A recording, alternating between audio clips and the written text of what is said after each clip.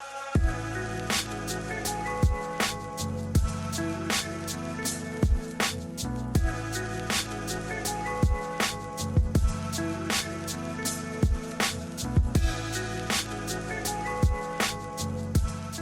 it going, everybody? It's Sean here, and I'm back today to give you guys a review of the women's Air Jordan 1 High OG in the metallic court purple colorway. Today's video is sponsored by Rose Gold and Black. They're an Australian-based jewelry and accessory company, and they produce very minimalistic, very high quality, and very wearable products, even for someone like me who doesn't really wear too many accessories normally. So for my viewers only, through that link down below, you'll be able to get 40% off your entire purchase. And to add to that, if that wasn't enough, upon checkout, you can pick your very own complimentary item, and this comes with every order while supplies last. So recently on their website, they've restocked a ton of their most popular styles, and they've added some brand new designs as well, which are definitely moving really fast. So don't hesitate too long. Links are down below. Be sure to check them out and show them some love. Again, that's Rose Gold and Black. So back to the shoes. These Air Jordan 1s released back on June 3rd for a retail price of $170 US or $230 here in Canada. The official colorway for this shoe is white and court purple, and this is sort of a retro take on the original 1985 metallic purple Air Jordan 1.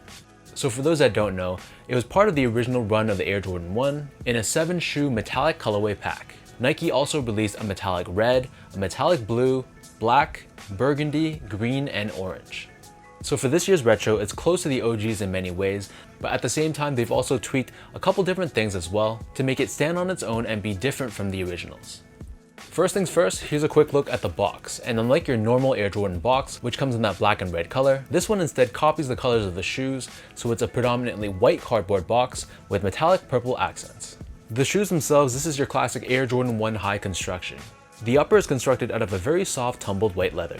So on the toe box, we have that perforated look, which is common across all your Air Jordan 1s. And then surrounding the outer edge of the toe box, we have more of that white leather, which to the touch, as you can see, has this very soft feel to it, and you can see the natural leather grains on it as I run my fingers across. Moving downwards, covering the eyelets and the mid panel of the shoe, we have more of that white leather, and then stitched on top of this, we have this shiny metallic purple swoosh. On the ankle area on the lateral side only, we have the Air Jordan Wings logo, which is debossed in this glittery purple finish. And then wrapping around the top of the ankle collar area, it's again covered in that shiny purple finish. And then the remainder of the back heel is covered in that tumbled white leather. For the laces, so these come standard with these flat white colored laces, but if you want to add some added pop and color to the shoe, they also give you a secondary pair of purple laces too. Underneath this, unlike your normal Jordan 1s that come with a nylon tongue, for this pair, the tongue is actually constructed out of that same tumbled white leather that we saw on the body of the shoe. So again, this leather has this very soft feel to it, which I was pretty happy with. And then the tag at the top is done in white with Nike Air branding in purple. Another change they added to this shoe is the inner liner is constructed out of this purple satin material, which gives it more of that added shiny finish. Taking a look at the insoles, these come with your standard foam insole. However, it's lined in this purple finish at the top, and we have Nike Air stamped on the heel. So the upper of these Air Jordan 1s sits atop this white colored midsole, and encapsulated within the midsole but not visible to the eye, we have a Nike Air sole unit for cushioning. Turning the shoe over to the bottom, here we have your standard Jordan 1 outsole, and in this case, it's entirely constructed out of a purple colored rubber. We have this circular traction pattern on the forefoot, along with Nike branding right in the center. So for those wondering how these fit, so this is a women's release. So if you're trying to find your men's equivalent in women's shoes, for Nike shoes, you would go 1.5 sizes up. So I'm a true size 10, slightly on the wider side, and I got these in a women's 11.5, and to me they fit me exactly like all my other Air Jordan 1s. So whatever size you normally are for Jordan 1s, so for example, if you're a size 9, you'd go for a 10.5 women's. If you're a size 8, you'd go for a 9.5 women's. Next up, in terms of the comfort, so these feel exactly the same as all my other Air Jordan 1s. So you're gonna feel very stable, very low to the ground. There's not gonna be too much from a softness standpoint. However, the leather on the upper, like I mentioned before, has a very soft feel to it. So straight out of the box, it already felt like it was broken in. Finally, in terms of the overall quality and craftsmanship on this shoe, all in all, I was very impressed. The material quality, like I mentioned, felt very soft, very nice and tumbled. And while it wasn't necessarily the thickest cut of leather, for what it was, especially for Jordan standards, it was pretty high quality. And in terms of the overall craftsmanship and build on this pair, my pair at least was perfectly fine. I had zero issues with my pair, so hopefully that's true for all the pairs that released, and it's not just limited to mine.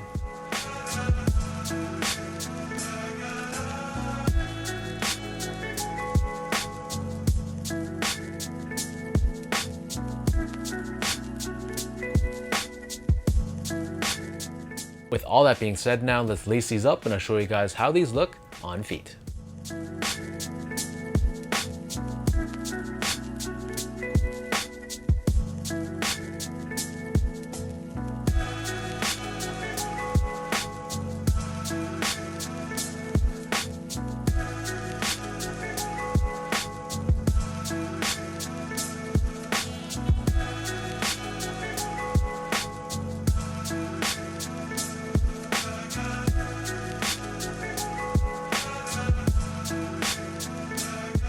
All in all, I gotta say Jordan Brand did a pretty good job with this pair. It's true that it's not true to the OG form, and I would have liked a nylon tongue, but for what they gave us, it was pretty solid, and I'm just fortunate that my size just made the cut in terms of their size when production. As far as the Jordan 1 Metallic series goes though, I'm not gonna say it's my favorite of all the OG colorways, but this is still a very, very clean colorway. I feel like this is a very wearable colorway too, and it's probably one of those pairs that will look really, really good the more it ages. So let me know in the comment section down below what you guys think about this court purple or metallic purple Air Jordan 1. For those that tried, were you guys able to grab these or did you take an L? It seems like there was a decent amount of pairs floating around for this release, so hopefully those of you that wanted it were able to score a pair. If you guys like this video, be sure to like, comment, and subscribe if you haven't yet. You can follow me on Instagram at esco8, check me out on Twitter at sean.go, and visit my website as well at seango.ca.